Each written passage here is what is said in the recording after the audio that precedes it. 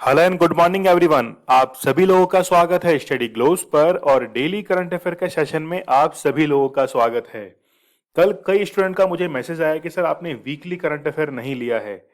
आपको पता होगा कि मैंने वीक के अंदर 2 दिन जो है वो ऑफ किया था, इसीलिए अब जो संडे आएगा उस दिन हम लोग दोनों वीक के करंट अफेयर को कंबाइन कर लेंगे और फिर उसमें हम लोग वीकली करंट अफेयर को भी रिवाइज कर लेंगे। ठीक है, तो चलिए शुरू करते हैं आज के सेशन को। आप लोग मुझे इंस्टा पर फॉलो कर सकते हो, जो भी क्वेरीज है मुझे पूछ सकते हो। उसके साथ में ही लेक्चर की पीडीएफ आप लोगों को दीपक इंदौरा ऑफिशियल टेलीग्राम चैनल पर अवेलेबल करवा दी जाती है। इसके साथ में ही आपको क्विज अटेम्प्ट करना नहीं भूलना है। अच्छा, एक समय के बारे में, टाइम के बारे में आप लोगों को एक बात बता दूं कि अगर आज समाज किसी की इज्जत करता है तो वो है आपकी सफलता। और जब आपके पास में सफलता होगी तो समाज के सामने, अपने परिवार के सामने और अपने पेरेंट्स के सामने आप लोगों की इज्जत जो है वो भी बढ़ जाएगी। देखिए, माता पिता जो है उनके लिए सफलता कोई मायने नहीं रखती है। आप यदि उनके पुत्र हैं, पुत्री हैं, मतलब डॉटर या सन हैं, तो हमेशा उनके वैसे ही बने रहोगे। चाहे कल को आप डीएम बन जाओ, लेकिन फिर भी आप उनके बेटा या बेटी कहलाओगे। लेकिन ये सोसाइटी जो है वो हमेशा आउटपुट की डिमांड करती है। तो अपने आप को साबित करने के लिए आपको जो है वो हमेशा सफल होने के लिए काम करना है। ठीक है, तो कभी भी आप ध्यान रखना कि अगर आप किसी लक्ष्य के लिए पैशनेट हो तो हमेशा वक्त जो है वो आपको निकालना पड़ता है। तो अक्सर जब समय होता है तो समझ नहीं होती, और जब तक समझ आती है समय निकल चुका होता है। इसलिए समय की कद्र करना सीख जाओ और फिर समय आपकी कद्र करेगा। चलिए शुरू करते हैं सेशन को। आज का सेशन काफी इंपॉर्टेंट रहने वाला है, काफी इंपॉर्टेंट क्वेश्चन हम लोग कवर करेंगे। यूनिसेफ की नई प्रमुख जो है चीफ, वो कौन बनी है? तो रिसेंटली कैथरीन रसल जो है, सी इसका करेक्ट आंसर है। कैथरीन रसल जो बाइडेन की अभी सहायक हैं, असिस्टेंट हैं, और अभी व्हाइट हाउस के अंदर इनकी तैनाती की गई है। तो यूनिसेफ की रिसेंटली नई प्रमुख जो है इनको अपॉइंट किया गया है। किसके द्वारा इनको अपॉइंट किया गया है? यूएन के जो एंटोनियो गुटेरस है, पुर्तगाल से इनका संबंध है, उनके द्वारा ये अपॉइंटमेंट किया गया है। काफी इंपॉर्टेंट अपॉइंटमेंट है, क्योंकि आप लोगों ने देखा होगा कि यूनिसेफ के कई सारे प्रोडक्ट जो हैं, प्रोजेक्ट्स, वो दूसरे कंट्रीज के अंदर चलते हैं। तो अब इन्हीं के द्वारा ये सारे प्रोजेक्ट्स को हैंडल किया जाएगा। तो संयुक्त राष्ट्र बच्चों की एजेंसी यूनिसेफ के प्रमुख के तौर पर अभी रिसेंटली एंटोनियो गुटेरस के द्वारा कैथरीन रसल को अपॉइंट किया गया है। जो बाइडेन की सहायक है। ठीक है। अच्छा, मुझे कमेंट सेक्शन में जो बाइडेन की एक बुक का नाम बताइए आप लोग। जो बाइडेन की एक किताब यदि आप लोग को पता है तो जल्दी से मुझे कमेंट सेक्शन में बता दीजिए। कुछ इंटरनेशनल अपॉइंटमेंट्स हम लोग देख लेते हैं। डब्ल्यूएचओ के अभी अध्यक्ष कौन है? टेड्रस आथानोम है, और इथोपिया से इनका संबंध है। तो इनके बारे में काफी कुछ जो है मैं पहले भी आप लोगों को बता चुका हूं। यूनाइटेड नेशन एंटोनियो गुटेरस, इनका संबंध पुर्तगाल से है। तो यूनाइटेड नेशंस, डब्ल्यूएचओ, इसके साथ में ही आईएलओ, गाय राइडर जो हैं, ये अभी इसके डायरेक्टर जनरल हैं। एशियन डेवलपमेंट बैंक, इसके अभी रिसेंटली प्रेसिडेंट हैं मत्सासुगु असाकावा। ठीक है, तो यहां पर ये अपॉइंटमेंट्स आप लोग को याद रखनी है। इसके साथ में ही यूनेस्को के अभी प्रेसिडेंट है ऑड्रे अजोले। क्वेश्चन का फॉर्मेट कैसे रहता है एग्जाम के अंदर कि एक तरफ वो इन व्यक्तियों के नाम लिख देता है और फिर किस संस्था के वो अभी क्या है, प्रेसिडेंट हैं, तो वो मैच करने के लिए क्वेश्चन देता है। चलिए नेक्स्ट क्वेश्चन हम लोग देख लेते हैं। ग्लोबल हेल्थ सिक्योरिटी इंडेक्स 2021 में भारत का स्थान कौन सा रहा है? तो भारत का जो स्थान है वो 66 रहा है। मैं आपको 2-3 इंडेक्स बताता हूं, आप लोग को याद करने हैं। जैसे आप लोग को याद करना है कि प्रेस फ्रीडम इंडेक्स में भारत का जो स्थान है वो कौन सा है? 142वां है। इसके साथ में ही फीफा जो रैंकिंग है वो भारत की 106 पर पहुंच चुकी है। इससे पहले 101 पर थी, 106 पर अभी लेटेस्ट रैंकिंग जो है वो पहुंच चुकी है। ठीक है, और वर्ल्ड गिविंग इंडेक्स में भारत का जो स्थान है वो 14th स्थान है। साइबर सिक्योरिटी इंडेक्स में भारत का स्थान 10वां है। तो ये कुछ एक रैंक्स जो है वो आप लोगों को यहां पर याद रखनी है। ग्लोबल हेल्थ सिक्योरिटी इंडेक्स के अंदर भारत की कौन सी रैंक है? 66 रैंक है। टोटल 195 कंट्रीज के अंदर से ये रैंक जो है वो डिसाइड की गई है। भारत का जो स्कोर रहा है वो 42.8, ये स्कोर भारत का रहा है। टॉप 3 कंट्रीज के अंदर अमेरिका सबसे ऊपर है, ऑस्ट्रेलिया सेकंड नंबर पर है, और फिनलैंड जो है वो थर्ड पोजीशन पर है। झीलों का देश जो है वो फिनलैंड कहा जाता है, इसकी कैपिटल है हेलसिंकी। ऑस्ट्रेलिया जो है इसकी कैपिटल क्या है, कैनबरा, और यहाँ पर डाउन्स घास के मैदान पाए जाते हैं, मरे व डार्लिंग नदियां हैं, ग्रेट डिवाइडिंग रेंज यहाँ पर स्थित है और उसकी सबसे ऊंची चोटी जो है वो कैशिश है। बात करें हम लोग यूएसए की, तो यूएसए के अंदर रॉकीज पर्वतमाला इसकी स्थित है, माउंट मैकिनले इसकी सबसे ऊंची चोटी है। तो ये आप लोगों को कुछ एक फैक्ट्स जो हैं वो याद रखने हैं। यहां पर जो घास के मैदान पाए जाते हैं इनको प्रेरीज कहा जाता है। बढ़ते हैं हम लोग आगे। पुनीत सागर अभियान को किसने लॉन्च किया है? तो रिसेंटली एनसीसी यानी कि नेशनल कैडेट कॉर्प जो है इनके द्वारा पुनीत सागर अभियान को लॉन्च किया गया है। क्यों किया गया है सुनिए।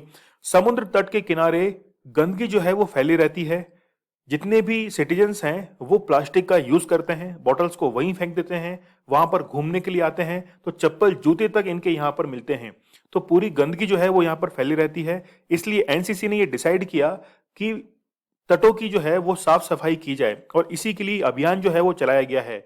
इसके साथ में ही जो भी किनारों पर जो लोग रहते हैं उनकी बस्तियां इसी पानी के कारण और इसी कचरे के कारण खराब हो जाती है, इनकी जिंदगी जो है वो दूभर हो जाती है। ठीक है, तो देखिए कई बार आप लोगों के मन में आता है कि हम लोग जो है वो गरीबी को जड़ से खत्म कर दे, ये लोग झुग्गी झोपड़ियों में रहते ही क्यों हैं? देखिए अभी के लिए वर्तमान की जो परिस्थितियां हैं केवल इसमें सुधार करने की आवश्यकताएं हैं। यदि आप बड़े बड़े डायलॉग्स यदि इंटरव्यू के अंदर कहेंगे कि हम जो है झुग्गी झोपड़ी को खत्म कर देंगे, गरीबी हटा देंगे, तो ये इंटरव्यूअर जो है वो चीज को पहचान लेगा कि ये इंसान जो है वो हवा में है। आप लोग उसमें ये कह सकते हो कि मैं जो है इनके जो भी सामाजिक स्तर है, सोशल जो स्टेटस है उसको सुधारने की मैं कोशिश करूंगा। यदि आप लोगों ने अपने एफर्ट्स की तरफ से बात की है तो फिर इंटरव्यूअर देखेगा कि आपके पास में काफी अच्छा एक्सपीरियंस भी है। यहाँ पर आप लोग देख सकते हैं कि पुनीत सागर अभियान जो है वो रिसेंटली एनसीसी के द्वारा इसको लॉन्च किया गया है। 30,000 कैडेट जो हैं ये समुद्रों की सफाई कर रहे हैं, यानी कि समुद्र के तट जो हैं इनकी सफाई कर रहे हैं। तो काफी इंपॉर्टेंट अभियान है, आप लोग इसको जरूर याद रखना। एनसीसी का मोटो क्या है? इंपॉर्टेंट है, यूनिटी एंड डिसिप्लिन। हेडक्वार्टर्स है न्यू दिल्ली के अंदर और डायरेक्टर जनरल जो हैं वो गुरबीर पाल सिंह है। रिसेंटली इनका अपॉइंटमेंट हुआ है, याद करना इनको। ठीक है, तो इनका नाम जो है वो याद रखना आप लोग। अंतर्राष्ट्रीय पर्वत दिवस जो है वो 11 दिसंबर को सेलिब्रेट किया जाता है। क्यों किया जाता है? क्योंकि जितने भी माउंटेनियर जो रेंजेस हैं, जो एरियाज हैं, वहां पर बायोडायवर्सिटी काफी ज्यादा पाई जाती है। जैसे हम लोग बात करें पूर्वी हिमालय की, वेस्टर्न घाट्स की, तो वो जो है हॉट स्पॉट की गिनती में इसलिए तो आते हैं कि वहां पर बायोडायवर्सिटी जो है वो काफी ज्यादा फैली हुई है। इसलिए इंटरनेशनल माउंटेन डे जो है वो 11 दिसंबर को सेलिब्रेट किया जाता है। थीम आप लोग देख सकते हैं, सस्टेनेबल माउंटेन टूरिज्म जो है यहाँ पर इस बार थीम रही है। अच्छा, जैसे हम लोग हिमालय की बात करें तो हिमालय जो है वो एक फोल्डेड माउंट है और इस फोल्डेड माउंट का निर्माण कैसे हुआ है? यूरेशियन प्लेट और इसके साथ में ही इंडो ऑस्ट्रेलियन प्लेट जो थी, इन दोनों के अंदर क्या हुआ? टक्कर हुई और उसके कारण फोल्डेड माउंट जो है हिमालय, इसका निर्माण हुआ है। ठीक है, अब मुझे आप लोग कमेंट सेक्शन में ये बताइए कि रॉकीज और एंडीज जो माउंटेन रेंज है इनका निर्माण जो है वो कौन से दो कॉन्टिनेंट या फिर ओशनिक प्लेट के टकराने से हुआ है? शायद क्वेश्चन आप लोग समझ गए होंगे कि मैं कहां पर बात कर रहा हूं। दूध मूल्य प्रोत्साहन योजना, मिल्क प्राइस इंसेंटिव स्कीम जो है वो रिसेंटली उत्तराखंड के द्वारा शुरू की गई है। आपको पता है कि जितने भी जो मिल्क प्रोडक्शन करने वाले फार्मर्स हैं, किसान हैं, उनको ये दिक्कत आती है कि वो जो है इस दूध को कहाँ पर जाकर बेचे, क्योंकि एक प्रॉपर जो है वो प्राइस उनको नहीं मिल पाता। इसलिए उत्तराखंड की गवर्नमेंट के द्वारा ये डिसाइड किया गया है कि ऐसे सेंटर्स स्थापित किए जाएंगे जहां पर किसान को अपने प्रोडक्ट्स का उचित दाम जो है, एग्जैक्ट प्राइस, वो मिल सके, किसानों को नुकसान ना हो। तो लगभग 500 ये जो बिक्री केंद्र हैं इनकी स्थापना की जाएगी और लगभग 4,500 करोड़ के आसपास सरकार के द्वारा इसमें खर्च किया जाएगा और इसका उद्देश्य रहेगा कि 53,000 जो किसान हैं, लोग हैं, उनको इससे लाभान्वित किया जाए। उत्तराखंड के लिए हम लोग बात करें तो 9 नवंबर सन 2000 को इसकी स्थापना की गई थी। यूपी से अलग करके देहरादून और गैरसैंण यहाँ की दो राजधानियां हैं। गैरसैंण गर्मियों की राजधानी है जबकि देहरादून जो है वो सर्दियों की राजधानी है। अच्छा, एक वर्ड है जिसको हम लोग कहते हैं दरबार मूव। अच्छा, मैं हिंदी में लिखता हूं, कोई प्रॉब्लम तो नहीं है? देखिए प्रॉब्लम जो है वो आपको हिंदी वर्ड से हो सकती है कि सर ये दरबार मूव, लेकिन ये दरबार मूव जो है इसको इंग्लिश में लिखेंगे तो भी ऐसा ही रहेगा, तो हिंदी से घबराइए मत, है ना। तो दरबार मूव जो है इसका संबंध कौन से स्टेट से है, मुझे कमेंट सेक्शन में बताइए।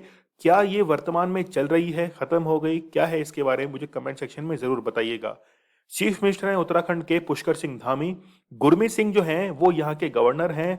राघवेंद्र सिंह चौहान यहाँ के चीफ जस्टिस हैं। और हिमाचल प्रदेश और यूपी से ये अपनी बाउंड्री जो है वो शेयर करता है। दो नेबरिंग कंट्रीज हैं, कौन कौन सी? एक तो तिब्बतन चाइना है और इसके साथ में नेपाल से अपनी लैंड बाउंड्री जो है वो शेयर करता है। लोकसभा सीट 5 है, राज्यसभा सीट 3 है और असेंबली सीट जो है वो कितनी है? 71 है। तो उत्तराखंड के अंदर असेंबली सीट जो है वो कितनी है? 71 है। अच्छा, मैंने कल परसों आप लोगों को एक आर्टिकल बताया था प्रेसिडेंट से रिलेटेड। उसमें मुझे ये बताइए आप लोग कि यदि जम्मू कश्मीर केंद्र शासित प्रदेश यूनियन टेरिटरी है, आगे यदि यूनियन टेरिटरी को जम्मू कश्मीर यूनियन टेरिटरी को राष्ट्रपति के चुनाव में शामिल किया जाए तो इसके लिए कौन सा आर्टिकल जो है वो यूज किया जाएगा। एक बुक के बारे में हम लोग बात कर लेते हैं, at home in the universe. ये किताब जो है वो बाल कृष्ण माथुर के द्वारा लिखी गई है और इसके अंदर इन्होंने अपनी आत्मकथा जो है उसको लिखा है। जो भी इनका लाइफ का एक्सपीरियंस रहा है उसके बारे में इन्होंने लिखा है। और ये क्या है? सीईओ है डीएचएफएल प्रॉपर्टी सर्विसेज लिमिटेड के, ये सीईओ हैं और इन्होंने अपनी आत्मकथा जो है वो लिखी है। यूनिसेफ डे ये कब सेलिब्रेट किया जाता है? आपको पता है कि 11 दिसंबर 1946 को यूनिसेफ की स्थापना की गई थी। और जब सेकेंड वर्ल्ड वॉर हुआ था, समाप्त हुआ था 1944 के अंदर, उसके बाद पूरा विश्व जो था वो बाइपोलर डिवाइड हो चुका था। एक तरफ लीडर कर रहा था, लीडरशिप कर रहा था यूएसए और दूसरी तरफ था यूएसएसआर। ठीक है, तो यूएसए के इन्फ्लुएंस के अंदर ऐसी कई सारी संस्थाओं की स्थापना की गई जिसके अंदर सबसे महत्वपूर्ण संस्था है यूएन और उसी का ही एक ऑर्गन है यूनिसेफ। तो 11 दिसंबर 1946 को इसकी स्थापना की गई थी और अब इसकी स्थापना के लगभग 75 वर्ष जो हैं वो बीत चुके हैं। यूनिसेफ की यदि हम लोग बात करें तो यूनाइटेड नेशंस चिल्ड्रंस फंड इसका नाम है। एस्टेब्लिश किया गया था 11 दिसंबर 1946 को।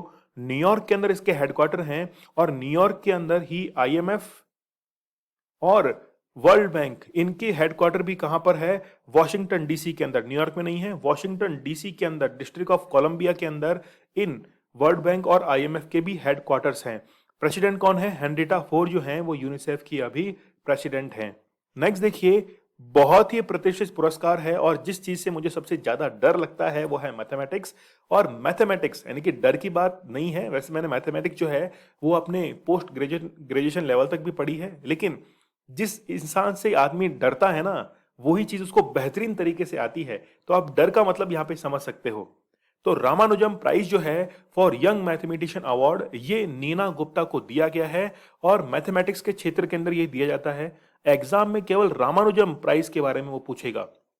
नीना गुप्ता कहाँ से संबंध रखती हैं? आई थिंक इनका जो संबंध है वो आसाम से है, नहीं कोलकाता से इनका संबंध है। ठीक है, और वहीं की ये प्रोफेसर भी है इंस्टीट्यूट के अंदर और इनको इस बार रामानुजम प्राइज जो है वो दिया गया है। नीना गुप्ता इस अवार्ड को जीतने वाली कौन सी है? चौथी भारतीय जो है, फोर्थ ये बन चुकी हैं।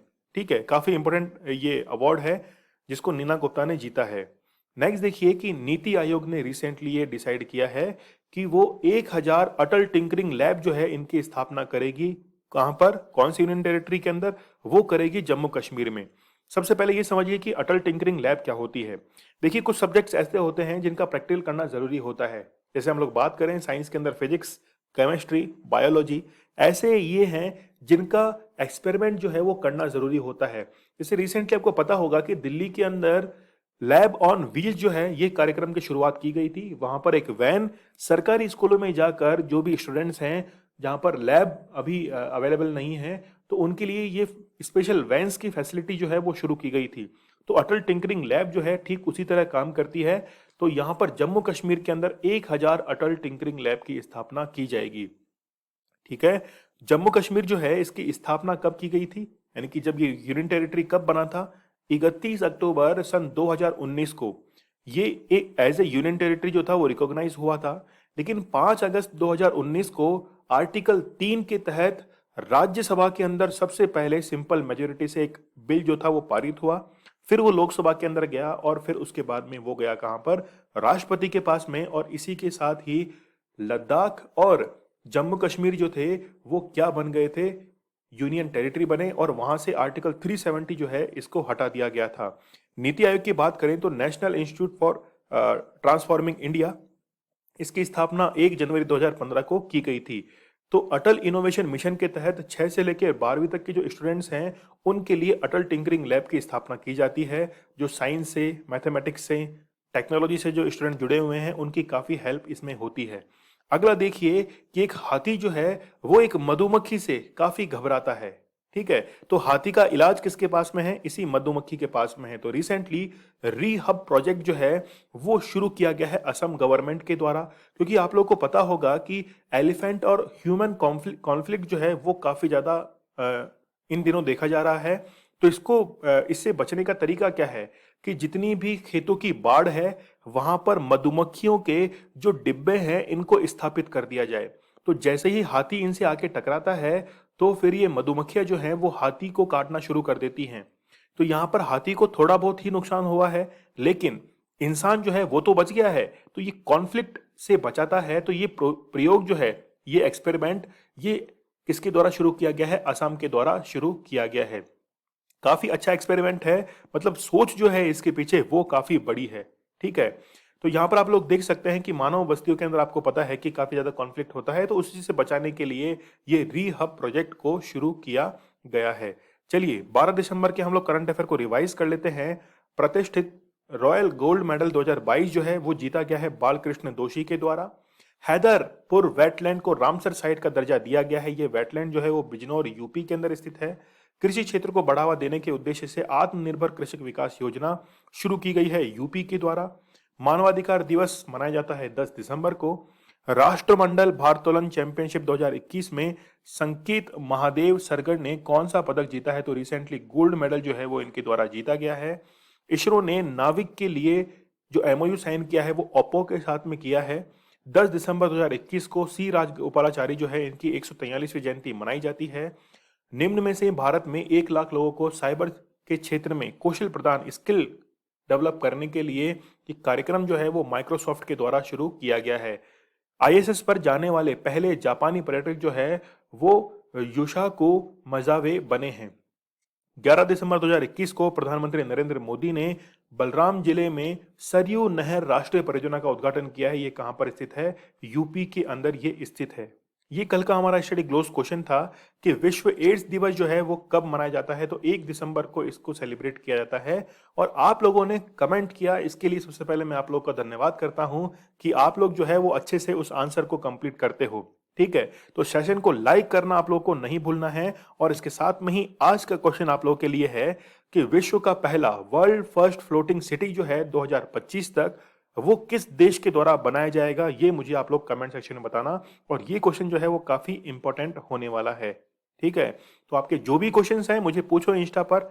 कोई भी जैसे कुछ एक स्टूडेंट ने मुझे आंसर राइटिंग करके भेजा भी है, उनको चेक करके मैंने रिप्लाई भी किया है। वैसा आप लोग भी कर सकते हैं, जो करेगा वो पाएगा। ठीक है, तो पीडीएफ जो है वो आप लोगों को दीपक इंदौर ऑफिशियल पर अवेलेबल करवा दी जाती है। इसके साथ में ही क्विज आप लोग को जरूर अटेम्प्ट करना है, जिससे आप लोगों की क्वेश्चंस की प्रैक्टिस हो जाए। स्टडी ग्लोज आप लोगों के लिए बहुत ही बेहतरीन कंटेंट लेकर आता है। नॉलेज इज पावर, ये हमारी टैगलाइन है। तो चलिए कल मिलेंगे हम लोग बहुत ही बेहतरीन लेक्चर के साथ। तब तक के लिए धन्यवाद, थैंक यू। अच्छा, मेरी एक सलाह जरूर याद रखना आप लोग, क्या कि अक्सर जब समय होता है तो समझ नहीं होती, और जब तक समझ आती है समय निकल चुका होता है। समझ गए होंगे आप लोग। कल मिलते हैं हम लोग, तब तक के लिए धन्यवाद, थैंक यू।